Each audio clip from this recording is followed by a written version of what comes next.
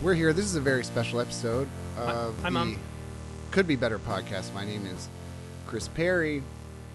I'm Colin McGuire. Oh, nobody's ever said that and liked it. How are you, Chris? I'm pretty good. I'm really excited about our guest this week. This is, yeah. This is it. Yeah, I mean, it's definitely not it. We're shutting it down after this. But I am just excited to get into. There's a lot of history with this individual, and yeah, it's going to be fun. It is. Do you know what else is fun? Drinking beer from Old Mother Brewing correct. Company. And so they have a double beer release recently. It is the El Matador. It's a Mexican lager. It's 5.2. And your favorite warm weather crusher is back. Mexican lager roasted with poblano and lime will quench your thirst on even the hottest days. And there's a West Coast IPA, 6.5 ABV. It's a collab with their friends at Flying Barrel. They're our friends. We should have them on. Classic and delicious West Coast style IPA with layers of pine and citrus with moderate bitterness. Speaking of moderate bitterness. Yeah, well, it's not moderate. It's definitely it's not. Never moderate. I don't think I'm salty about anything this week. I had a pretty good week. Well, that's good for you. Yeah. Or what about you? Are you moderately bitter? No, I'm excessively bitter. Okay. This week. Now I've been traveling all week, so Yeah, you got to see some friends. Airports are tough. I don't like it. I've now come to the conclusion too that any airplane I get on, I will vomit. Did you vomit on the plane? You thought about it? Well, no. The last, I think 3 or 4 flights I took before this trip I took this past week, I did on the plane. Who do you fly with? Oh, that varies. This time through was Delta and United. And okay, so you're a budget flyer. You're not like a brand. What am I gonna do? I don't know. Some people are like, I only fly Southwest. I'm like, okay, that's fine. But Southwest is supposed to be cheap, isn't it? Yeah, but I don't really think it is. Yeah. People just go like, oh, there's no priority. You can sit wherever you want. I'm like, I don't care if it's cheap. I want to go, and I'm just not going to fly Spirit because I have standards. See, I have flown Spirit, and I'm okay with that. It really doesn't matter which airline it is. I think at this point, I'm convinced it's altitude sickness. That's what I'm I can't explain it any other way. That's why I have purchased what I love about this, the Dramamine. I don't know if anybody takes these. Well, is this a season 3 sponsor? You know what I love about Dramamine is that there are 2 separate flavors of Dramamine. One is original. I'm holding this up. Call us if you'd like to sponsor. What does original taste like? It tastes like amazing. Okay. And the second one is Dramamine less drowsy. So the implication is the original will knock you out. And when you have layovers or you're flying to multiple cities, you don't want to miss your flight. You don't want to take the original. The problem is the less drowsy isn't necessarily as powerful as the original. So then you get into a problem there. I was in Atlanta, and this was last night. This was yesterday. And I had flown from Tulsa, Oklahoma to Atlanta.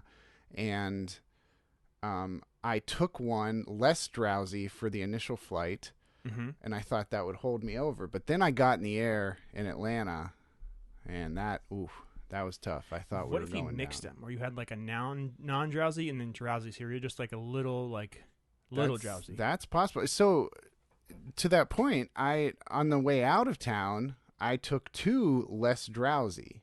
And I thought that would be enough. And it ruined me for like 36 hours. So it was very hard. Nobody cares about this. No, they're excited. We're here for your... where's the music for our new segment, Colin's Health Update? Ding, ding, ding, it's ding, ding, really, really... man, it's terrible. It's absolutely terrible. But I am outrageously excited. By the way, we should update everybody. Chris's birthday present for me is yet to come. Yeah. In the mail. It'll be hand-delivered. Oh, hand-delivered. Where'd you say it was from? Okay, so we'll move on from that. I did say it was. You did say it was from somewhere. Zimbabwe. Okay. Yeah. The fans will go back and say it. I said it was real. I said it was real delayed. You won't like it because it's not thoughtful, but it's useful. Is it toilet paper? No, not like that. Like it's not practical. Is it? Oh, toilet paper isn't practical when you think about it. The man always just trying to get us down by making us use paper products. That's very true. But I mean, we're just to make sure that people are knowing what's coming up. Yeah, we have some shows coming up. Well, no. I'm saying like the podcast stuff, the things that people kind of pretend like they listen to. Nobody listens to this. I mean, but we're on our last few. Sure. What? Yeah. We only have a couple more left. We do. Are you sad? No. Are you? No. No. No. It's been grueling. It's been very grueling. I'm sure we'll talk about that Yeah. over the last couple of weeks. I'm still having fun. Like when I walk in here, I feel light and I feel happy. But it is interesting, though. This is an off-air conversation, but the idea of introducing video this season, With life all my happened. Yep. Life happened, and we did just as many remotely, right? We did just as many. I don't know, maybe not just as many, but we did 3, maybe 4, 5, 30, 70% on Zoom. And they never really turn out. Thank you to all the guests who came on Zoom, but it's a lot different from being in the room together. We can all agree on that. Yeah, I had that thought on the way over, and I just looked at our count. If the rest of our schedule goes as planned, which probably won't, it won't. We had 12 in person, had 11 over Zoom. Well, almost split right down the middle. Almost. I almost wonder, it's like, are we the only people that notice that? Because like I do feel like for you and I, like we do feel like it is different here in the room. But if the energy's like it's different. It has to be different. I don't know. Sometimes there are delays. Like you say something, they hear it 3 seconds later. You know, that's happened in some of that. I say this as the person who's edited all the audio and video, so I'm hearing that all the time trying to see where things line up. Well, if the fans are listening in and you say, hey, you prefer it over Zoom, please tell us, and we will stop doing video immediately. Immediately. In fact, you might even get another season out of us. If that's the case. Yeah. So here's the other thing that's great about this season, too. So season 2's wrapping up. Very happy about how it went. It looked great. We got our numbers and our we hit our goals. Yeah, it was great. We did. It was great. And Texas Roadhouse is one of our sponsors still, and we have tons of other gift cards. Let's do one more gift card before we get into this song. Give me just don't even look. No. Close your eyes. Shake out the box. Well, shake it up. I don't know what's what. And just grab a stack. Oh, grab a stack? Yeah. And whatever quantity that is, that's what we'll give away. All messed up. This is gonna be really bad. How much is that? Oh, it fell out. So.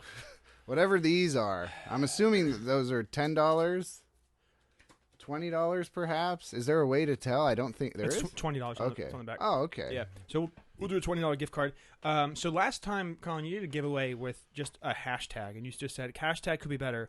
Yeah, it didn't work, did it? No, because it's not that it didn't work.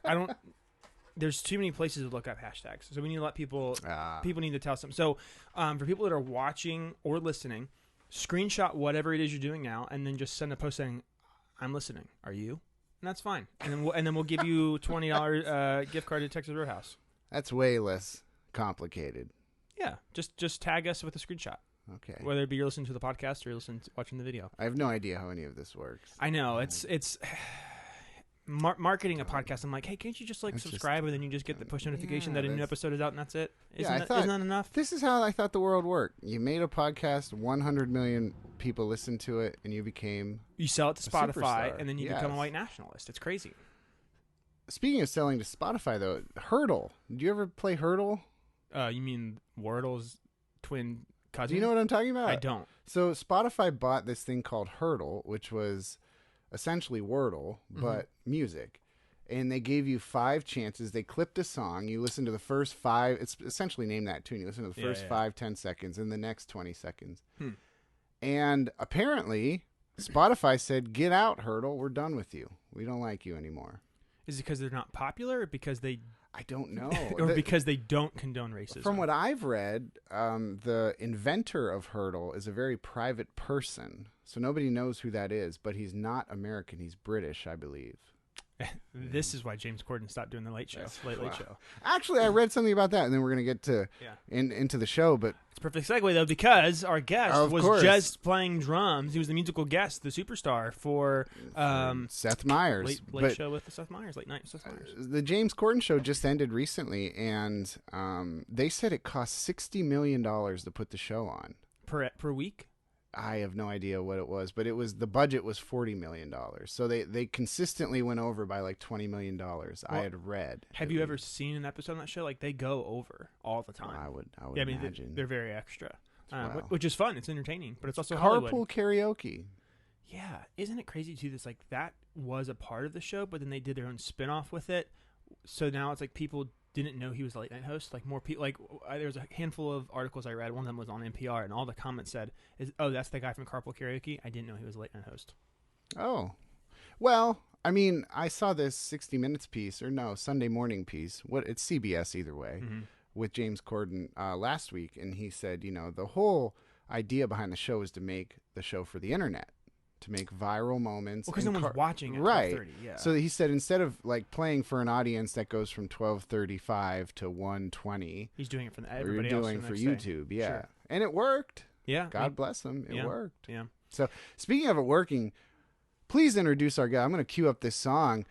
We have perhaps the greatest guest in the history of podcast guests. Yeah, I think so. Yeah, we have Anup Sastry, and I've known him for a long time. He's been a part of the Frederick music scene forever. He's now kind of grown to be this. It's borderline to say global because I think he's toured. He's a superstar. Yeah, he's incredible. He's an incredible musician, incredible engineer. He's a proud husband. He's got cats. I mean, he's living the life. So I'm very grateful he has taken some time out of his schedule. He just got off of doing the Late Night with Seth Myers this week, and this is his debut talking to us about what it was like and what we're going to find out. Is Seth Myers really a jerk or not? Tune in. But speaking of tuning in, this episode comes out on Thursday, May 4th, so happy Star Wars Day to you. Yeah, sure. Wow. It's fine. Listen. But you know how you can celebrate Star Wars Day? By going to 2 shows at Old Mother Brewing Company this weekend. Friday night, Milestones. Glory, no and kidding. Films on Song. Yeah, it's going to be a good time. And Films on Song. It's their CD release show, actually. It's going to be cool. And then the next night, Saturday, so May 6th, is High Noon Kahuna, Dosser, and Gaspers. Both at Old Mother. Happy. Both free. Both 6:30. Just go for a little bit. What do you have to lose? Nothing. That's a great weekend of music. And Star Wars. You can do it all. That's true. All and Raquel's birthday party, I think. Shit, are we going? Hey, we'll see you next week. All right, this is a song from one of the projects that Anup's working on, and it is called "Distract Me." Distract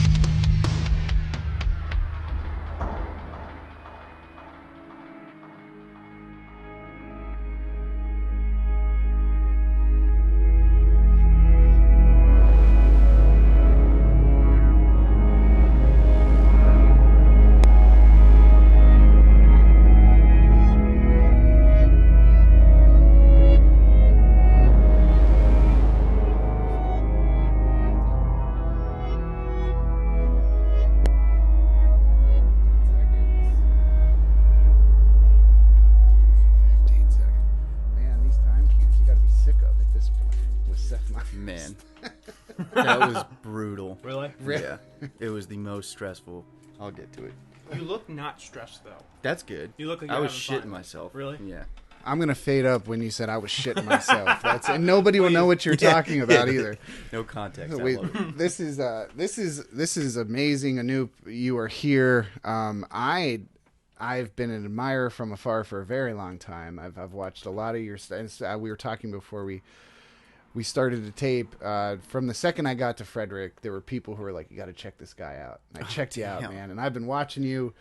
And I'm like, I really want to do a long form, big piece for the newspaper, like huge 5,000 word thing. But every time I feel like trying to reach out, I feel like you're going to tell me to go get bent. So I don't really know what to do. But Anup, how are you? Oh, that was amazing. You might want to eat that a little bit, the microphone. Yeah, Okay. please. Yeah, please. Well, thanks for having me. Yeah. I appreciate it. You built me up way too much for That was the best introduction not I've that ever. kind of. I know. Would you say yes if he said, "Hey, let's do a 5,000 word piece Yeah. on you"? Would you say yes? Yeah, would you be into that, like a profile? For the paper. For the paper, that would be awesome. Oh, There it is. all right. Look at It's that. on You feel tape so now. You special. can't back Yeah. out. I know, Yeah. right? Yeah. History. But Anup, man, you've been doing History. stuff like in Frederick forever. I mean, it's been like since you were like in high school, if not Yeah. even before. Yeah. I mean, the local scene is pretty strong here, so it always has been. Look at that. It's like you knew what to say right away. That's, It's No, but no, it's the that's- right that's answer. I mean, true. there's obvious like swings, and you've seen it like venues go away, bands blow up, they burn out, they blow, you know, like you know, everyone moves to Baltimore for a little bit, right? You know, Yeah. find themselves and like go to school and real school and get away from Frederick stuff. But like, it's always just like it's up and down, but then sometimes it's just like it's just building, and I feel like we're kind of in that building spot right now, where it's like it's still climbing, it's still consistent, but yeah, I'm glad you said that. Yeah, there's an ass ton of musicians here. So I feel like honestly, like even with the drumming thing, two of my best friends who were also drummers, Joe Benny, Alex Rudinger. I mean, I don't think a lot of other musicians get to like say that they grew up with like other super talented drummers that just kept pushing them and pushing them and pushing them to be like, oh, I got to learn this now, I got to get better at this now. So that was my upbringing in Frederick as a drummer. Yeah. That's the thing. Well, I mean, coming here as a not good drummer and seeing the good drummers, like it's to me though, it's serendipitous in some way because I'm a drum nerd. Like if you wanted to sit around and talk drums for the next 10 hours, I'd be happy to do that. Sweet. Chris would quit Snooze. right away. Yeah. Go home. But it's like I come to Frederick and it turns out there's at least like you are a really important person in the drum world. Alex is a really important person in the drum world. Like you guys have made a career out of playing drums. Yeah. Which is the dream, right? Was that always what you wanted to do? Yeah, no, absolutely. I mean, there was definitely moments where I was like, what the fuck am I doing? Is this, is this going to happen? Yeah. But yeah, I mean, that was the goal. And I wouldn't say I've really truly done it yet to what I would consider doing it for myself because Yeah. Well, Chris has probably. Well, what is that? What do you consider doing? well, I don't know. There's just certain financial things I haven't built yet in life that like Sure. hurt pretty bad being in your early 30s and you're like, damn, I still haven't done that yet, you know? Sure. So it's like so is that checkbox item like making enough money where you can like save it for 401k? Is it is like is 401k, I mean, going out and trying to buy a house just is ridiculous. You know what I mean? I mean, we're also Right. we're also like dealing with some crazy ass times, so you can't really blame yourself too much with those things. But at the same time, you know, I want to work and earn money. Yeah. Well, that's the thing, though. If you have the ability to work, like music-wise, that's even if you're not making as much or you haven't achieved those goals, like you can ask so many people on the street who are just maybe, you know, weekend musicians or something, not really trying to do it professionally. They would tell you the dream is to get paid playing music and do that full No, time, totally. right? Yeah. I think I was just getting a little bit extreme there because I've just always done that to myself. You know what I mean? No, like almost. But no, I know what you mean. Yeah, for sure. So my question to you then, of course, and this is, man, I'm going to eat up this answer. I really want to know this. How did you get to that point where you said, I'm going to do this for a living? And then how did you accomplish the things you've accomplished? Because you've done so much. Well, thanks. And it's been consistent. Like you haven't stopped. Like you've been going hard for like Yeah, well, so there was a point in like right out of high school where I thought I wanted to be an architect, residential architecture. I was like super nerdy about that as a kid and like really into it and stuff. And for whatever reason in community college, I took a computer sciences course. And I just like bombed it. You know what I mean? And like, and these dudes, because it was all just guys too, just like nerdy little guys, just being like, it's talking computer lingo, and I'm like, what the fuck? I just do not belong in this, you know? Yeah. So I switched everything to music. I immediately just became a music theory major. Did that for a couple courses, and there was like an oral and keyboard training, which was super useful because I forgot all the theory, but all the ear training, all that kind of stuff was super helpful. And then decided at night to go to a school in DC called Omega for recording. And Omega's really cool, but it's very old school. So they teach you on like, you know, $300,000, $400,000, $500,000 consoles, and it's like no one's gonna have the money to like, let alone buy one of these and then leave it running and paying for the, you know, energy bills and all that kind of stuff. So it was a little bit old school in that sense, but they connected a lot of the dots for stuff that you can do just in your bedroom, producing and writing and doing whatever, right? So yeah, that's when I kind of made the dive. I was like, okay, I'm going to do everything I can possibly do to surround myself with nothing but music. But you also became very talented. Like you have to be a good, and I say that just as a pragmatic thing. Like I'm like, you have to be very good, and you are very, very good. Yeah. And so like, how long did it take to get those skills? Like, were you playing drums at the age of 5? Like those types of stories? I see. Well, I mean, when I started playing drums, I was definitely like, I got sucked in. You know what I mean? Like I was just super into it. Like I was a huge Slipknot fan. So like in like, I don't know, history class, I would like draw pictures of Joey Jordison's drum kit and stuff like that. I was like that little nerdy kid about drums. So yeah, there was a point where like it hit me pretty heavy, and I wanted to, you know, do everything in my power to just learn as much as I could about drums.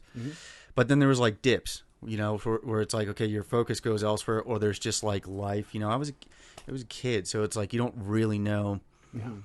Unfortunately, I don't think I had like a really strong sense of direction as early as I wish I did. You know? Sure. Compared to like, okay, let's talk about Alex Rudinger. Sure. That motherfucker dropped out, or not dropped, excuse me. He graduated. Alex, He graduated. Sorry, Alex. He dropped out. This dude said you dropped out. You dropped out. He graduated high school early because I think it was that he got a tour offer with the band Threat Signal. Oh, sure. Or either way, he was just getting offers to go out on tour and do stuff. So he dropped, or I keep saying again. That. He just said for the second time. Technically, I mean, you could say he dropped out of school early. He graduated early. Yeah, you know what I mean? Just to literally yeah. pursue drums. Headline, Anoop says Alex didn't complete middle school. Yeah. Next week we'll have Alex with his response. Yes.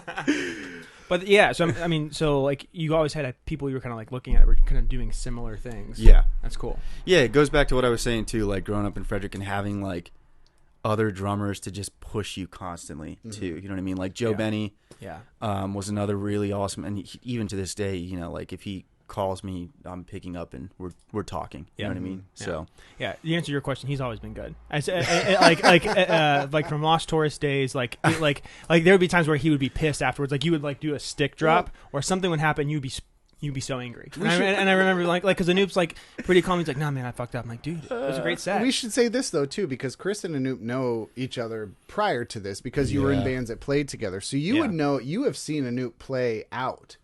Yeah. I've never seen you play. I've watched your videos, but I've never seen you in a live setting. Back in the day, 10, 15 years ago, you looked at this guy, you said, "Oh my God." Oh, he was always sick. Yeah. I mean, but to be honest too, though, it's like Anoop and Joe were always good, but like Joe had that stretch for sure. Like, I mean, Joe was on another level. Yeah. And then shit! Did you just shit on Anoop? Yeah, but like, but like to be real though, it's like Joe was like doing something. He was always doing other things, but it's like Anoop was like also had its own flavor. And it's like whenever there were shows, I distinctly remember a show at Krasner's Basement, and it was my band was Taurus, and then I think it was Time Comms, and it was still 2-piece. It was Kenny. Okay, yeah. And it's like it was just like a wet dream of like drummers. It was the best. It was just so much fun to watch, and it was like both of you had. I mean, Taurus and Time Comms are very different styles, but like the stuff that you all were doing was just elevating the band. It was just tons of fun to watch. Yeah, totally. I mean, and okay, so Joe's another good example too, because like he had a lot of really high-end recording gear too at a young age. So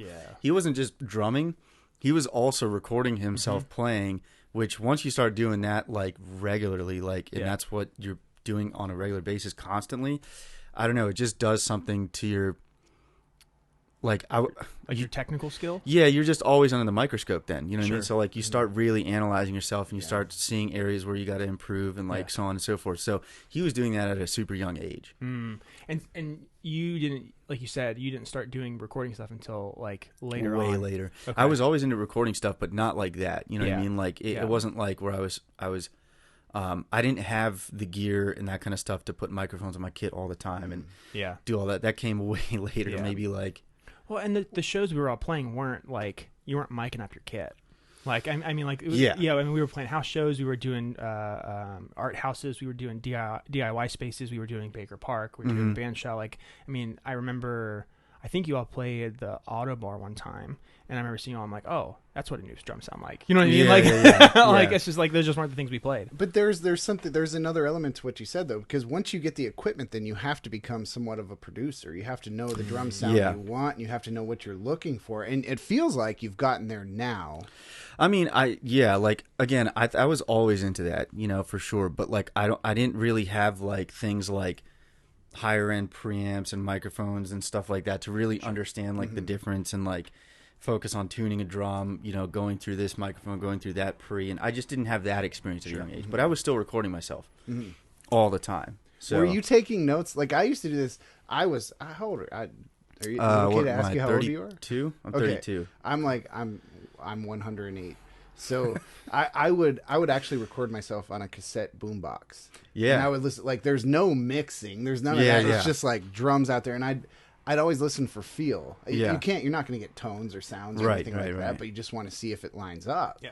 And like, is that something once you started to record yourself, you're like, oh, do I sound good? You know? Like, Yeah, totally. My first thing was a little Yamaha 4-track like on cassette with some Radio Shack microphones, and you use the Yeah. little splitters to like plug in as many microphones as you can, and Yeah. like Yeah. hang one from the ceiling straight down. You know what I mean? Like Yeah. On Definitely. your parents' basement. in everyone's basement that I could do it in. Not just my basement, Yeah. everyone's basement. So yeah, It's one of those things though that like to me, I continuously, like I said, this plays back into the idea. It's like when I moved here, I heard about you. We were talking about this before. I moved here 12, 13 years ago. Oh, wow, And okay. within a few years, I heard about you from Kenny and even from Chris and pretty much everybody, really, and Jordan from Time Columns. And everybody said you're great. And I checked out your videos, and I'm like, Jesus fucking Christ, I'm never going to be as good as this guy, but I got to watch this. And it was so amazing. And this is the first time I actually get to talk to you, though. That's And cool. so like, I'm wondering about like the evolution, because you became somebody who played drums in bands to somebody to produce. And now at this point, like, is there the live crowd that you miss? Is there like getting out in front of people? Yeah. Do you miss that? absolutely, for Yeah. sure. Definitely miss like playing live. But okay, so the thing is that like, I wouldn't say I had bad experiences. I just felt like, you know the term like paying your dues and like that kind of thing with touring. I never believed that like bands had to do that, but I did believe that like you can just define that for yourself, right? And I felt like I defined that for myself. Sure. And I just got to a point where it was just like, man, this is fucking brutal. You know, like getting into a van, or there were bus tours here and there, sure, but like it was just like, I can't keep doing this, you know, like, and I don't want to keep doing this. There wasn't any money, especially in prog metal, unless you were like one of the top bands Yeah. that are headlining that tour that you're going out on, and even they weren't like making, you know, tons of money that's sustainable, right? Yeah. And also, I did always love writing my own music and producing and doing that kind of stuff more. Like, I would actually say I would prefer to wear that hat over being a drummer. Really? Yeah, Wow. for sure. Wow, Yeah. That's something, man. So, but do you still consider yourself a drum geek? Yes. Okay. Yeah, but I'm kind of like an everything geek, though. You know, if we start talking guitars too, then it's like I'll become that geek. Okay. Then like, but like, I don't know. It's weird. Like, I definitely think that I took more of the, like, I want to be more of the songwriter producer than I do the drummer. Who then, on a drum level, was some of your influences? Who did you idolize? Oh man, Chris Coleman. Yeah? Yeah, Chris Coleman, Tony Royster Jr. Yeah. Most definitely, know man. any of these Yeah. Chris doesn't know what. So Tony played for Jay-Z? Yeah. Like at a really young age. Hell yeah. Super, super young. Yeah, right? and now he plays for like Katy Perry, Yeah. and he's played with all He's kinds a of other pop drummer stars. now. Sure, He's sure. out there doing that, Yeah. which is He's like, making bank. It's the dream. And it is Yeah. the dream, but it's not making bank. Like I've always said this too. I'm interested in your thought on this. Like you watch those acts, you watch the Jay-Z's, and you watch the Katy Perry's, just to use those names. I have that Jay-Z Fade to Black DVD that's like 20 years old now, that live concert that he did. And I have the Unplugged record that he did with the Roots and Questlove and all that stuff. Yeah. Like, to me, that's a dream. You're holding a groove. Nobody really notices you because you're in the presence of a pop star. Right. But you are killing it. You know what I mean? Like, Totally. because the music is great. Is that Yeah. what you're talking about? Yeah, absolutely. Yeah, like it's just, and you know, when those drummers get up there and do that kind of stuff, they have their moments to shine, and they know where they are, and they do it really well. Yeah. And I think, like me, I've always looked at a gig like that and been like, I don't truly understand the pressures that are involved there, you know? And like, they're so good at drums that like the drumming is almost second nature. It's just like, it's like, I'm calling on you drumming now when I need you. Right. Let's do it. You know what I mean? Like, does that make sense? Yeah. And then it's like, but you're doing it in front of 30,000 people. Yeah, exactly. At least. Yeah. So- And there's like a music director and like all Right. this other stuff that's like, you know. Right. And that's where it gets. I'm wondering if you've ever had that experience. Like, have you been in sort of a bigger band or played with a bigger band that has an MD that's like, hey, No. you're looking at that person the whole time? Or are you always the musical director? The Seth Myers thing was probably the closest. Okay, well, we're Ironically enough, That's just a literally this perfect past segue. week, yeah. That's a perfect segue. But we should play, right? The Yes, other track. Yeah, so we have The another, other track we have you another sent thing that you us. brought in before we get to the fun late night stuff. So what is this? What's Riff 10 Clip Test 2? All right, so basically, Alex Rooney and myself, we did start this whole. It's called Contact, and it's a plugin by a company called Native Instruments. Okay. They sell a whole bunch of instrument libraries like piano, horns, vocals, drum kits, that kind of stuff. Sure. So we wanted to make a drum library for Contact. We released one. It didn't go too well. It was like a huge undertaking, like a really just big learning curve for us, and it was really overwhelming, you know, Sure. just how much stuff we were learning while also trying to create this thing that was going to be a music production tool for people, right? Sure. So a lot of stuff was lost during that process, and now this new thing that we're working on is the drum library called the Fairview Kit, Okay. and we're incredibly excited about it. So anyways, Sure. this clip is those drums. Let's play that, and then let's talk. I have a follow-up question. We'll get into this.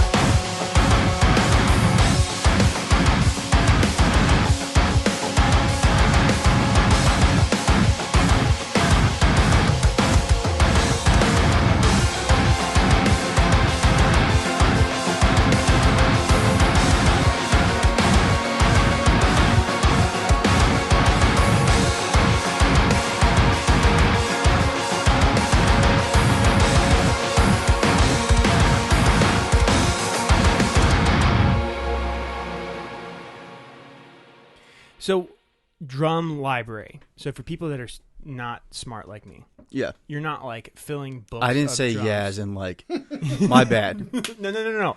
Tell us a little bit Man, about I'm an like, asshole. No. It's a fair question. You're talking about your craft, and so we're head under the sand. So tell me a little bit about like, so when you're building a drum library, you're like, what does that mean?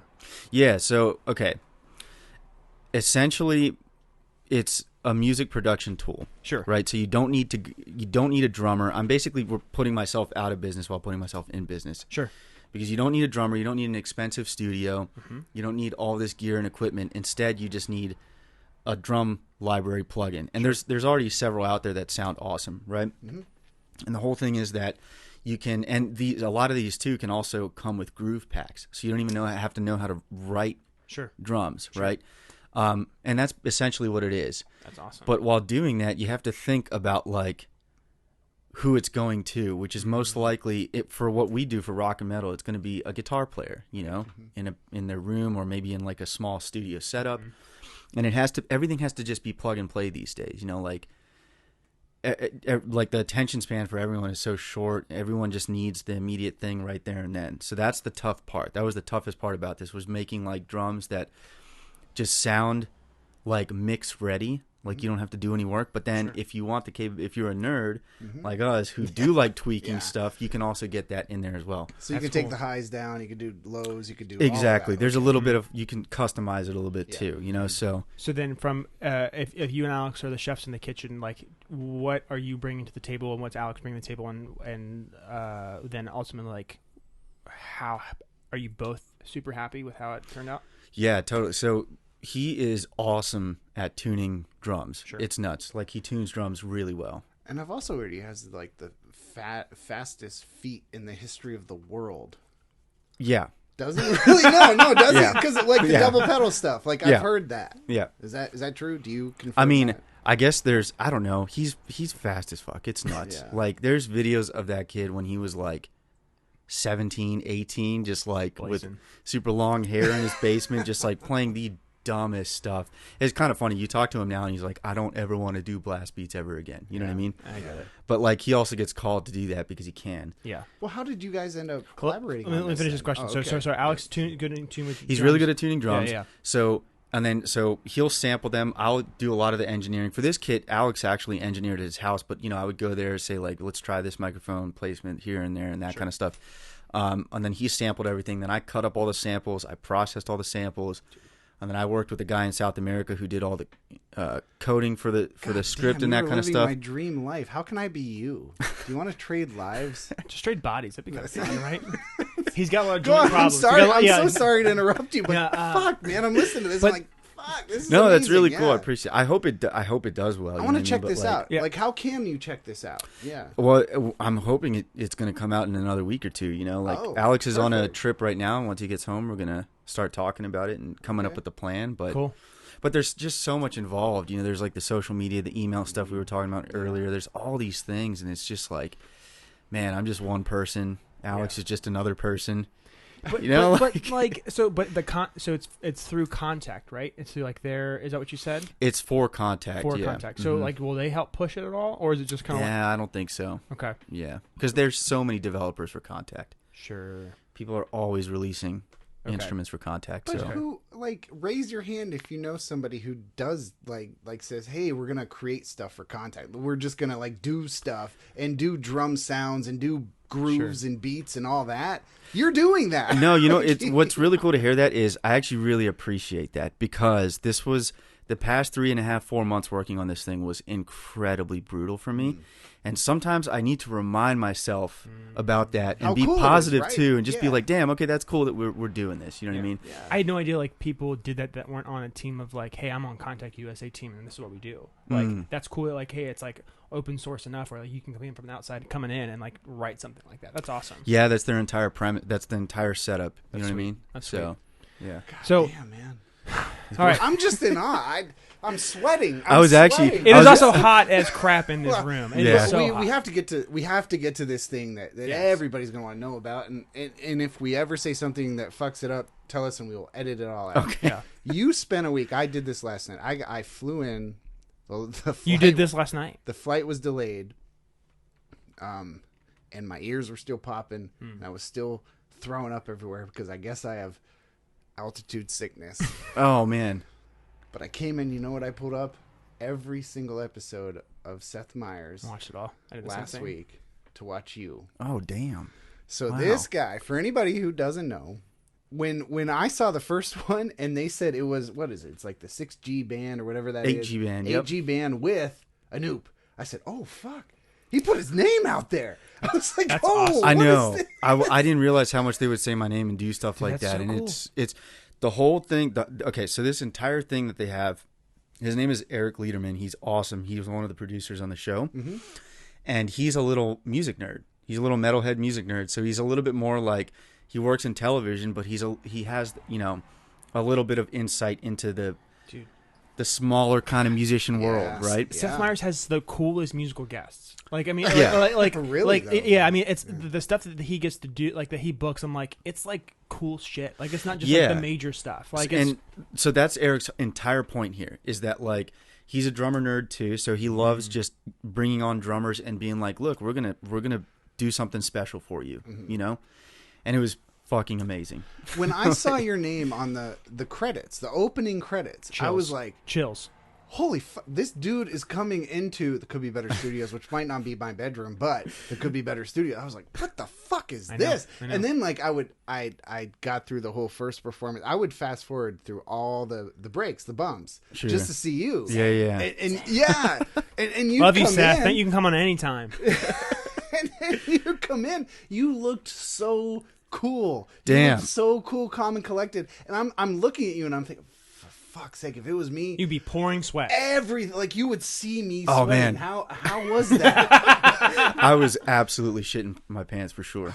So that entire experience was like the only way I can like explain it was like it was the most stressful thing I've ever done, but at the same time one of the most insane positive experiences too. Sure. You know what I mean? Sure. Go ahead. Yeah. So walk us through like just like so I love late night TV. Like I'm a big Colbert guy. I went to his pre-taping before he went live in the Ed Sullivan Theater. I've gone to multiple tapings with his stuff before. That's cool. Like I've seen, like I love like inside baseball stuff. I like knowing how stuff works. Like I'm all about it. So like I'm like just like I'm having a good time right now, but like, but I'm also like, oh, I had so many questions. So it's like, so walk me through. So you get up there what, Monday? I arrived Sunday. Yep, on Monday was the first show. Okay, so but you didn't start. But like the first episode wasn't till Tuesday though, right? First episode was Monday night. It was Monday night. Know okay. your shit, Chris. No. God damn it. But they don't tape. I'm out of here. But they don't tape Friday nights. It's just Monday, Tuesday, Wednesday, Thursday. They don't tape Fridays. Okay, sorry. So you're up there Sunday. What does Monday look like? So basically you show up, you give, wardrobe lady all the clothes that you've brought for the week, and they like steam and press it and do all that kind of stuff for you, which was already to me like, wow. Did they not like any of the clothes that you brought? They're like, I'm so shot when it comes to like fashion and just like, you know what I mean? I went to Kohl's the Friday before I left that Sunday. Hell yeah. And I was like, I don't know what the fuck I'm doing here. You know what I mean? Like, this button-up shirt looks dope. Like, okay, khaki pants, like, sweet, let's go, right? Yeah. So my wife was like, what? What are you wearing? Yeah, like, you're an idiot. Did you get to take her like, with you? Huh? You get to take her with you? No, unfortunately, yeah. Did they put you up? They put me up in a hotel right there in, like, the Rockefeller Center area. It was nuts. See, my biggest question, I thought you were going to get to this, but you didn't, so I'm glad I get to ask it, was the preparation. Because when you see those songs come in, you only get, like, 5 to 10 seconds of the snippet. Yeah. But you had to learn those songs. You had to learn, right? Or was it just... Okay, so basically after the wardrobe, it was a rehearsal in this backroom studio, basically the size of this with, like, an E-kit and, It's like... huge. Yeah, well, no, it is actually a pretty decent size, and like he has like a Pro Tools. The keyboard player is kind of like the producer guy for the entire thing, and he has a Pro Tools rig, and basically every single thing except for 2 to 3 of the songs we would play every day was written the day of. Oh, okay. So it's all original, and then it's all improvised. And he's the guy. No, we write it together in the room. So it's essentially you get into a room, you play. You play together, and it's like, well, this works. Yeah. This works, and then you keep it? Or was it written, there was no charted stuff? We would chart it while we're writing it and stuff, but what would happen is he would have a whiteboard with like the day's schedule. Okay, opening theme, that's fixed. That's played the same way every day. Yep. We had a warm-up song that's not televised. It was a cover of The Damned, Neat, Neat, Neat. Yep. Yeah. Sick. Neat, neat, neat, just like a fast-paced kind of up energy, So that's not televised. That's just like they have a stand-up comedian that comes out and says, this is how it's going to work. You know what I mean? You're going to see us changing and doing this and whatever. Yep. And then we get out there, we play the warm-up song. Then Seth comes out and addresses them, says, hey, how's it going? They're all like going crazy. They love Seth. And he says, I'm going to go back there, and in 60 seconds, I'm going to come out, and this is all going to be the televised part. And that's when we do the opening theme. You hear the announcer, on the show that says all the names and stuff. And then all of the music after that is written the day of, or we're just improvising right there.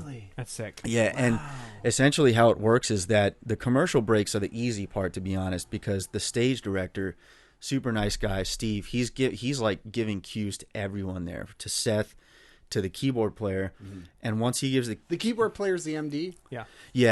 Eli, he's awesome. The entire band is super nice. Like the fact that they have to deal with a new drummer coming in every week. So, but that's my question. Is that because of Fred Armisen? Not to cut you off, because Fred Armisen, I think when they started, he is the drummer, right? Yeah. So then he kind of went away, and they said, we're going to bring in these super talented people, these drummers, to do it. And it'll become the drummer's band, right? Yeah, exactly. Yeah. And that's kind of what they became known for. You know what I mean? Is like, and that's so sick. It's wild. It's so different. It's crazy. Because it's also like the worst idea ever, too. Right? Yeah. Yeah, exactly. And that's the thing. There's so many moments to like just totally bomb, but like at the same time, it's like they kept telling me on day one, once you get past day one, it's like you can prepare as much as you want for this, but you have to just get through day one, and then it just clicks. Like you just understand. You're like, okay. I get how this is going to go now. Yeah. It's still, your butthole is just clenched tight each right. day. You know what I mean? Right. But like, yeah. You know what I mean? Like, you get it though, right? Well, Sorry. So I know. Go ahead. So okay, so that's Monday. So then you go through the run through, and like the Colbert setup's the same kind of thing. They have the warm up, stand up. They come up. And you have a stage rehearsal. That's right. Rehearsal before all this. It's not with Seth, but that you practice the cues. So the director, gives Eli the cue, who's right next to me, and then Eli will get into a microphone. And basically, all the band has is a 2, 3, 4 count into the commercial break song. Do you have in-ears or anything? Yeah. Okay. So you'll hear 2, 3, fill, come into whatever track it is, and there's only just an A and B section. And he'll call it in the microphone, all right, B, and then you do a fill and go into the B section. Okay. And then as soon as you start the commercial break song, you have to pay attention to Steve, the stage director, for the cue, and he'll basically count you down 5 seconds and then do one of these saying, okay, end it, because we're going to go back to the show now. Because in commercial breaks, you don't see all the stuff in between, right? So we just need to get going into the song sounding solid for maybe 10, 15 seconds. That'll be televised.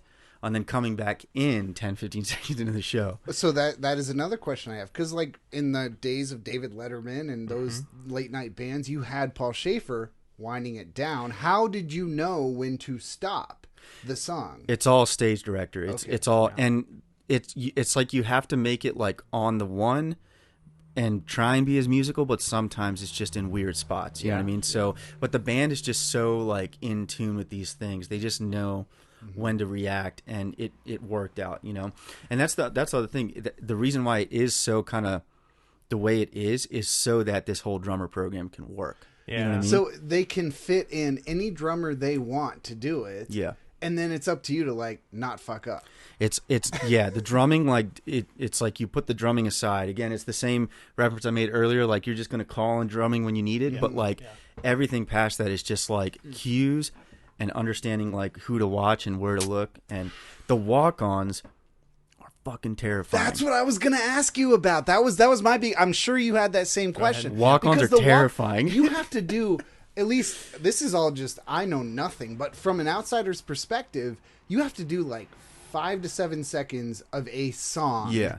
And you have to know when to do what and come down in 5 to 7 seconds. So is that rehearsed?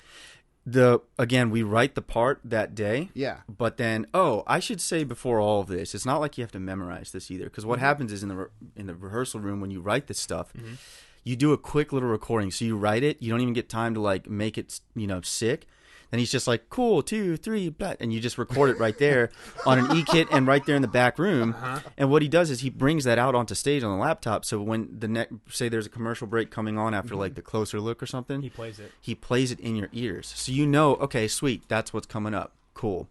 Everything is played before. They make it as easy as possible on everyone. Okay, so unlike this podcast. Dude, so many. But questions. The walk on is like.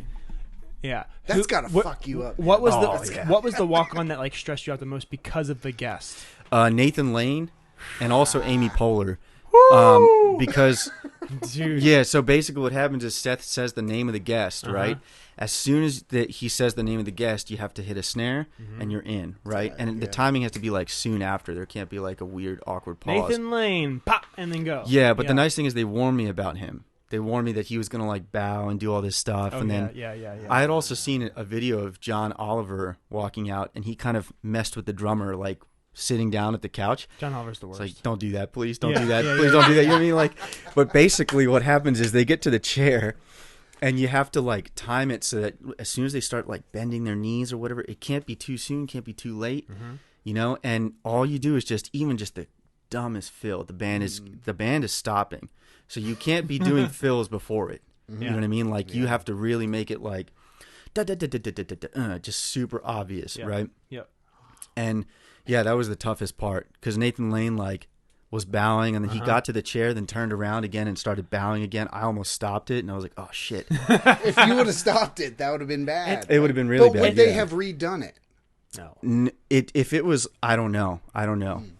I tried to ask that, but it was almost one of those things where they were like not giving me a straight answer because it was like, you just cannot fuck this up. Yeah. Like that's not an option. You know what I mean? Like, yeah. Well, I mean, and Nathan Lane is a Broadway star, so I mean, like, you know, so it's like, of course he's gonna ham it up. Like that's who he is. And again, they warned me about that, so I knew like, okay, expect some, you know, playfulness and. But so Amy Poehler, what was she like then? Well, she was dancing to what we were playing, and what was funny about it is when they walk out, they're like right next to the drum kit, right? I'm a big Amy Poehler fan, man. Who's not? Amy Poehler, Amy Poehler is by the fucking way, amazing. Who hates Amy Poehler? Because you should just because this is what we have to say to you right there we here. go. That's That's it. fine. Amy Poehler's awesome. So Yeah. she's walking out and she's dancing, and I'm playing drums, and Amy Poehler's just dancing to us.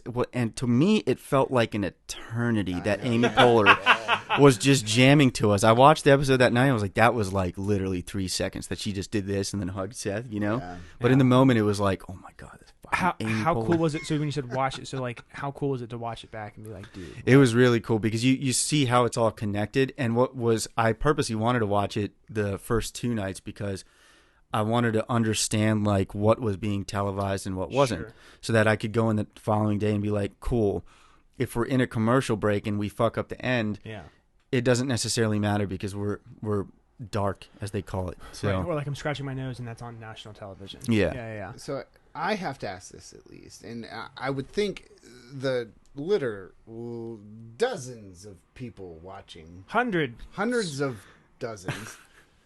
How'd you get the gig? How'd that happen? It was Eric. I was on tour with the band called Zeal and Ardor, and I was filling in for them in November 2021. That was an awesome tour. And Eric was at the LA show, and my AR rep for Tama introduced us, and that's how crazy. Yeah. So between that time though, like, do you get emails, phone calls? Like, how does that go? Like, are they like, hey, are you free the week of April? You know. Well, so basically, I mean, there was all this COVID stuff happening, right? So like, they didn't even have an audience, and then their band was also remote at one point. Yeah. So like, there was all this like juggling they had to do with that, and then most of last year, I think they already had everyone booked by that point. So he just hit me up in like the end of March, and he was like, "What about the last week of April?"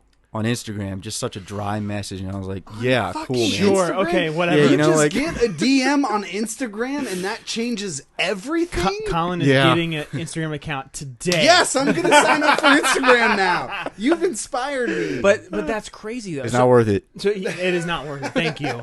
But like, so he. Kidding. I mean, so. Oh, you're not kidding. So Seth Myers is in New York City, and Eric is in L.A.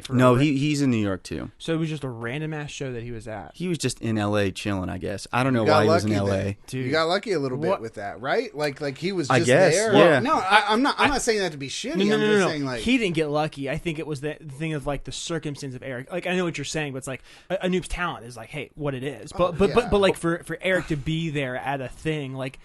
You have to be in the right place at the right time. No, right? I think that definitely, yeah. I think there was a part of that, that played into that. Sure. You know what I mean? What venue were you at? Oh, something ballroom. I forget what it was called. It was a pretty big. It was a really nice venue in L.A. Sure. The thing that really stuck out with me watching all of, because man, I fast forward through everything you did. I studied. I'm like. Again, we love you, Seth. We do love you, Seth. Come into my bed. Not my bedroom. The studio. Be better studios, but. Like, he put out your album. Yeah, that was cool. Wasn't that cool so as fuck? cool? That was. They gave me the cue cards afterwards too. The one he reads. Oh no! Yeah, for the drummer portion, they gave me all that stuff. They did, man. They like go above and beyond for the drummers. It's really cool. So you met Seth then? I met him literally on day 2 before going out onto stage. And it was kind of funny because I didn't really have words. Yeah. Because he was like, "Hey, nice to meet you." He was super nice, right? And it was really quick. We were literally side stage. warm-up comedian is on, and he was like, "How are you liking it so far?" And all I could say was, "Oh man," that's literally what I said. I was like, "Whoo," just like that, and he started cracking up because he knew exactly what I was trying to say.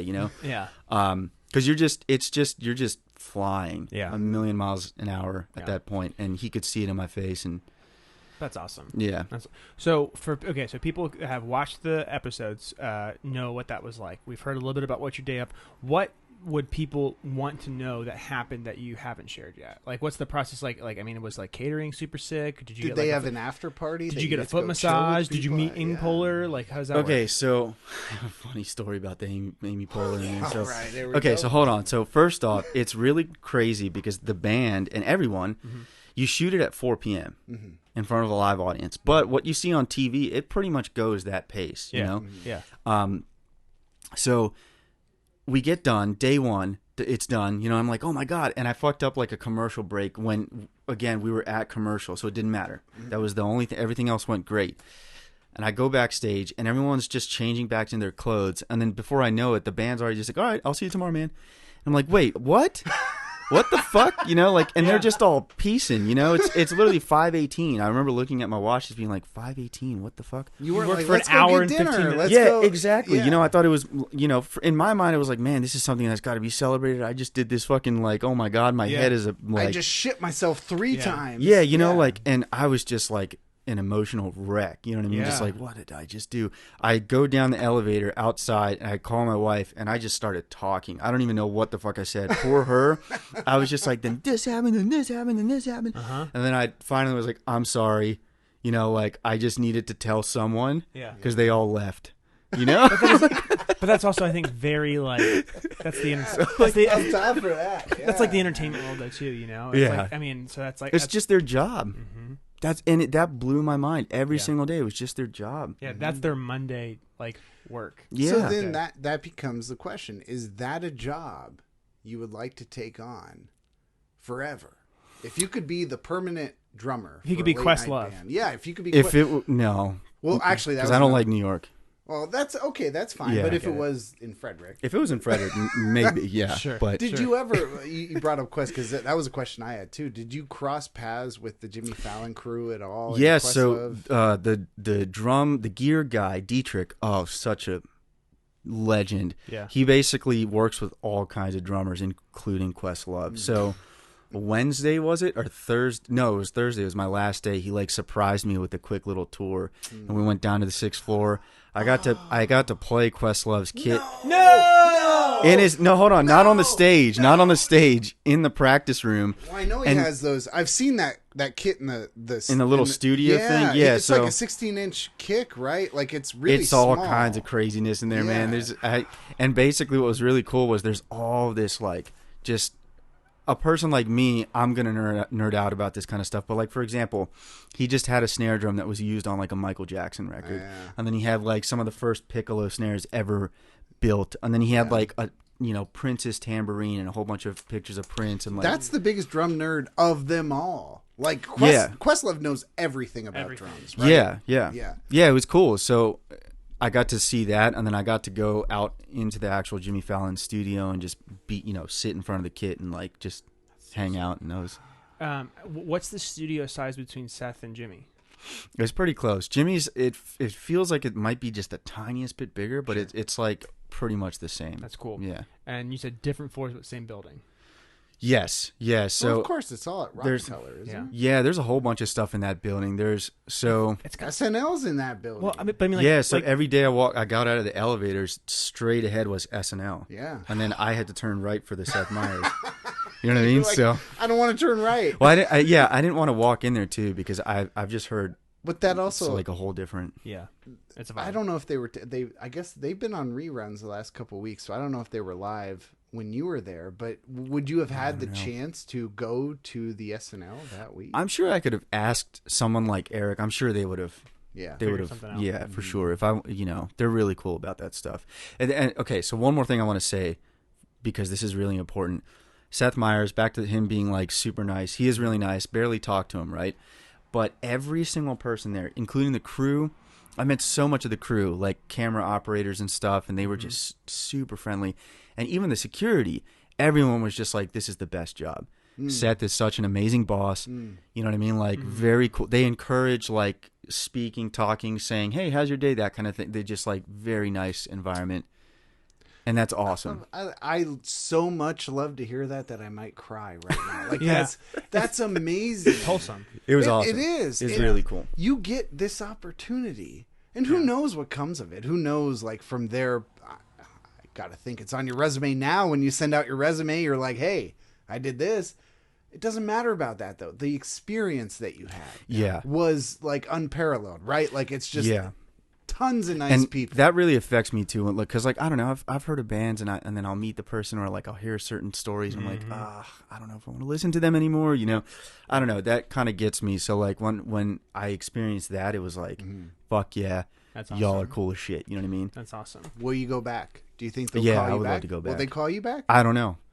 Eric, We'll see. might. Give him a We'll call. see. Might. Slide into I don't his know. DMs. I don't know. I was really reserved with my playing. So, like, that was another thing they kept encouraging was, like, you know, bring the Noop, you know, do your thing. I was like, no. Like, I just...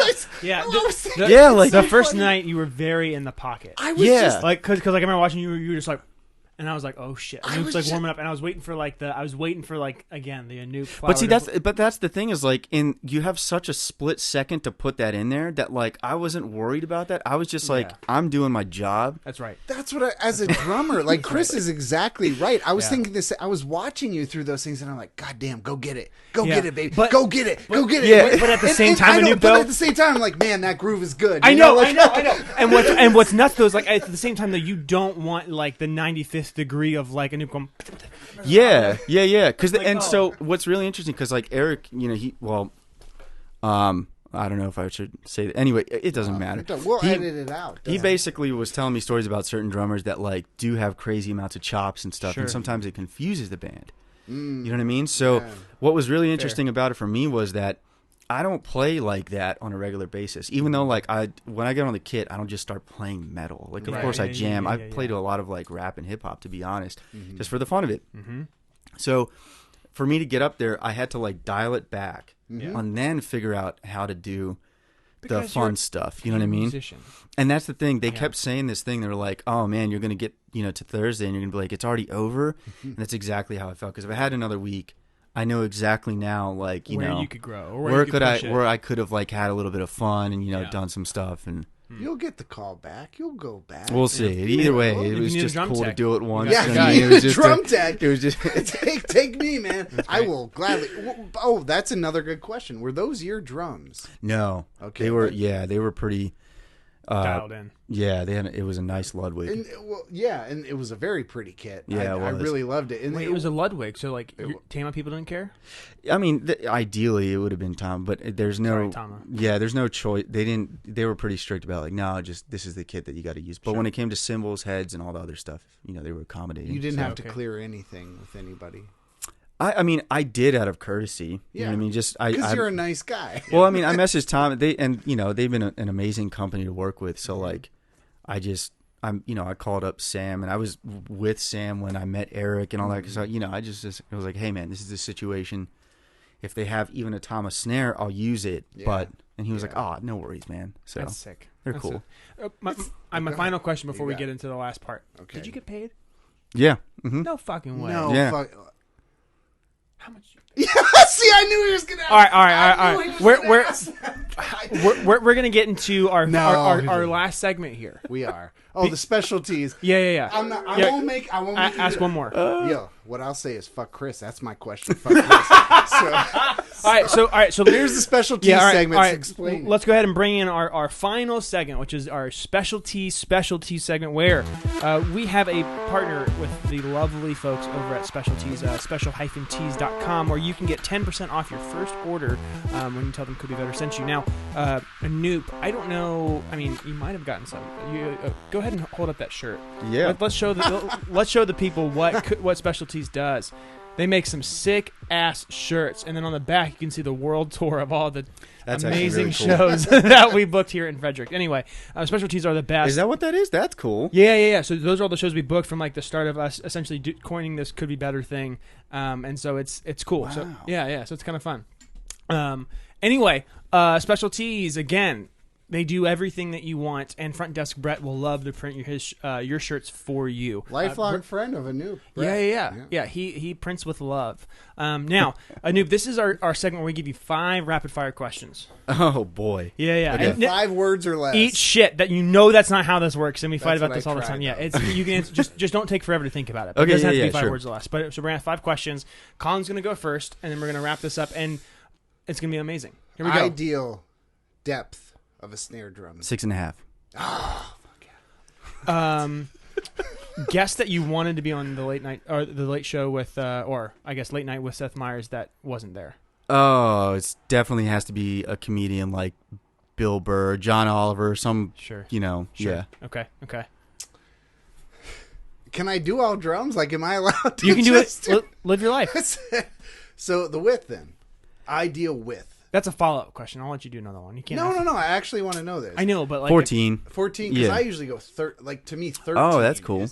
You got to get them kind of custom made for you, but the 13-inch snare drums, man, they crack. Yeah. I really did. I've heard some sick-ass 13s for sure. Yeah. Another one. You can't say one is depth and one is what. You're You're welcome. Damn, this is the end of the show right here.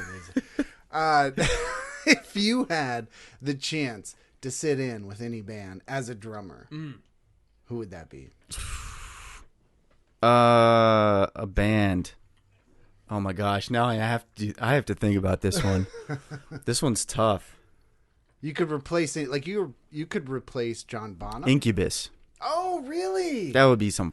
That'd be sick. That'd be so fun. Have you ever met those dudes? No. Really? Yeah, Have you? I love them. I have. Have you really? Yeah. Brandon's the nicest person you could ever meet. That makes me feel awesome. I'm So, glad like, to hear honestly, that. awesome. No, it's very like, God. He didn't have to be. 5 years from now, you're gonna be like, oh, I'm the touring drummer for Incubus. Yeah, oh, yeah. Thanks to could be better. Thanks to could be better. What's the next thing you want to do with your studio? Like, because you mentioned before, like you're a session drummer, right? So like you do a lot of work with that. But like, what's the next thing you want to do? My goal is that sample instrument stuff that we were chatting about earlier. That is definitely like I'm trying to pursue that, give it its best possible chance at life, and yeah. I know I got the last one, but Don't I fuck it have up. 20,000 more questions. I'm Part 2. not allowed to do it. Yeah, part 2. We'll do it. We'll bring you back on next Yeah, week I'm if down. you're down. But when you come to the drumming part of it, you have made this career in life out of doing studio stuff, and you've built this, I guess, studio around it. Like you can do it yourself. You're a self-sustaining artist at this point, correct? Like Yeah, sure. That's pretty much it. Do you miss playing live? Do you miss playing in front of people? Yeah. And was, I guess the follow-up is doing the Seth Myers show. You were in front of a crowd. How good did that feel? That was weird because I didn't even you don't really notice the crowd at that point because it's just so many cues and so many other things happening that I don't know. That wasn't like, and again, you're in a support role. The band is a support role, you know? So like the crowd, it didn't even faze me that there was an audience there each night. So you don't feed off the energy at all? It was tough then because again, a lot of stuff we're doing is really simple, just A-B sections. In the warm-up song, sometimes if they were like clapping, it'd be awesome. Yeah. But on this subject, I really do miss the days of like just a fucking bitchin' ass basement show, man. You know what I mean? Just like everyone just going crazy or like, I don't know. Like when was the last time you played a basement show?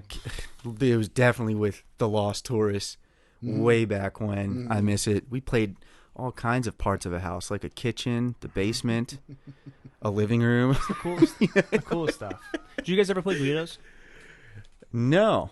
I've been to a show at Guido's though before it closed down, so that was pretty cool. Rip. Do you ever go out and see music here in town now? My wife and I are terrible, man. We're such homebodies with. I'm not saying that's terrible. I'm just I am. We need to get out. Like we need to get out and do stuff. We're There's just free shows at Old Mother. Today's episode is It's dropping not on May the 4th, so it's Happy Star Wars Day. right. Happy Star Wars Day. But we have 2 sick shows this weekend, so come check us out Friday night and Saturday night. We should also say too. Again, this we can get into this more on part 2 next week. But your wife plays, right? yeah. Mm-hmm. And you should she's amazing. We were talking She's about that incredible. before. Like she's incredible. Yeah. Would you like to give some shout out to your wife right now? Like she's incredible. Shout out to my wife. She's amazing. No, it's awesome. Again, I think said it earlier, but we just now finally started writing music together, and it's awesome. You know, it's really cool to just, I don't know, write stuff that we both are genuinely excited about, and it's just her and I working on it, and like, you know, it's cool. It's fun to be creative with your partner. So yes, it is. Well, being creative with my partner, I love you so much. Look at me in the eyes when I talk to you. I love you. I've looked you in the eyes in Forever. other situations. So we got to set up this last bootleg, right? Yeah, so this is the bootleg. So the coolest thing, not that the coolest thing, but one of the really cool things about doing shows with Little Mother the coolest thing we ever did is have a Noop here. I know. That's it, man. This is like you're fulfilling so many props. I'm not going to be able to sleep tonight, dude. I can't I'm not. either.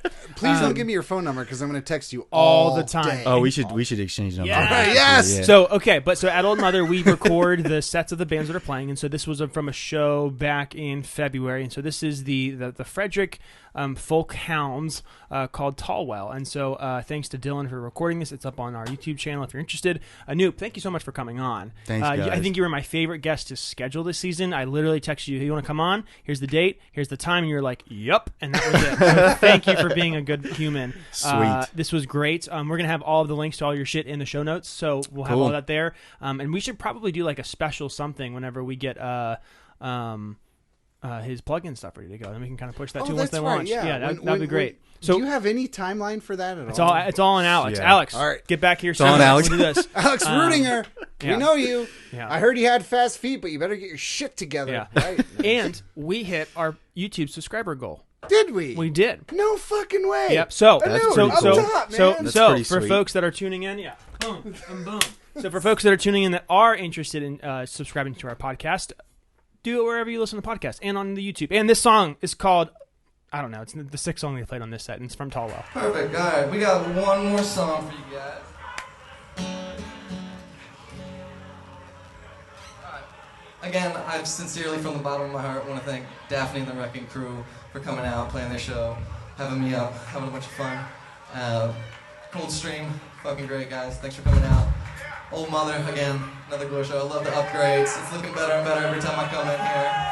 You guys looking better and better every time I come in here. All right, yeah, this last song is our last song, and it's a song of hope. So we're gonna leave you guys with a feeling of encouragement to get on out the door tonight, or fucking actually stick around. Most of you, I haven't got a good chance to talk to you yet, so just stick around. We'll hang out. We'll have some drinks. Continue the party after this. Here we go. Thanks.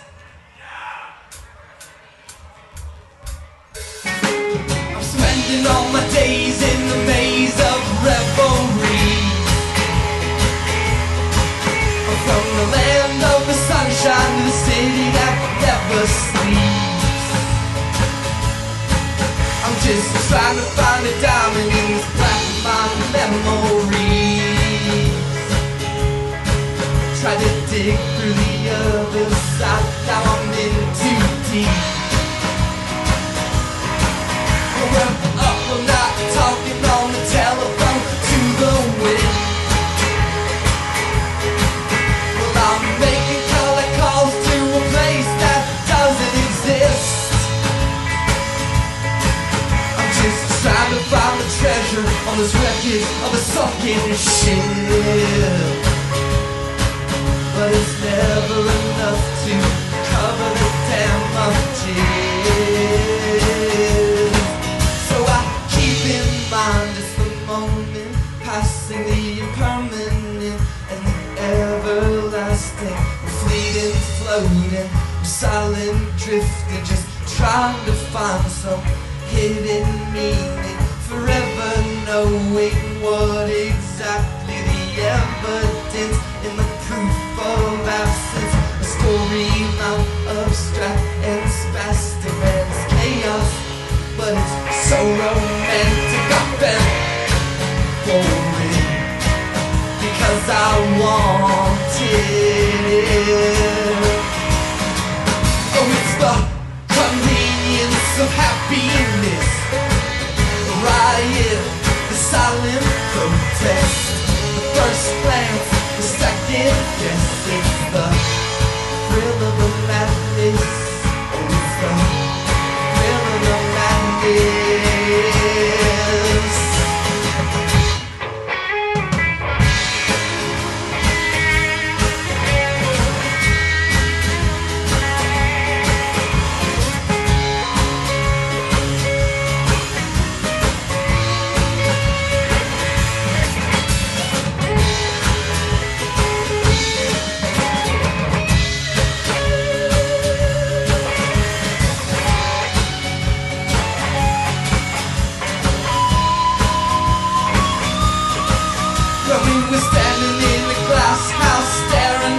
total eclipse.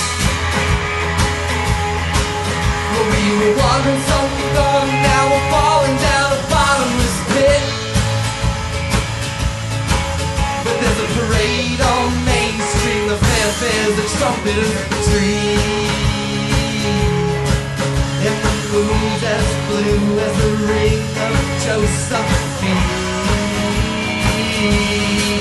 So I keep in mind it's the moment, passingly permanent, and the everlasting. It's a fleeting, floating, silent drifter, just trying to find some hidden meaning, forever knowing what exactly the evidence is, the proof of absence, a storyline abstracting, spastic, it's chaos, but it's so romantic. I fell for it because I wanted it.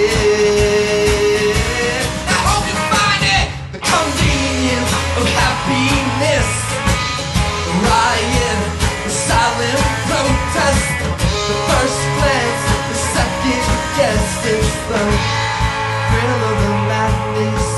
Oh, it's the convenience of happiness, the riot, the silent protest. It's the first glance, it's the second guess. It's the thrill of the madness.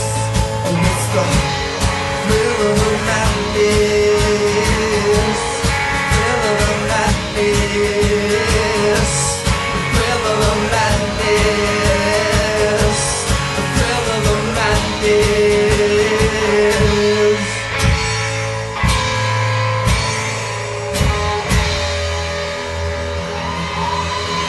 Thanks, everybody. This has been a really, really special evening.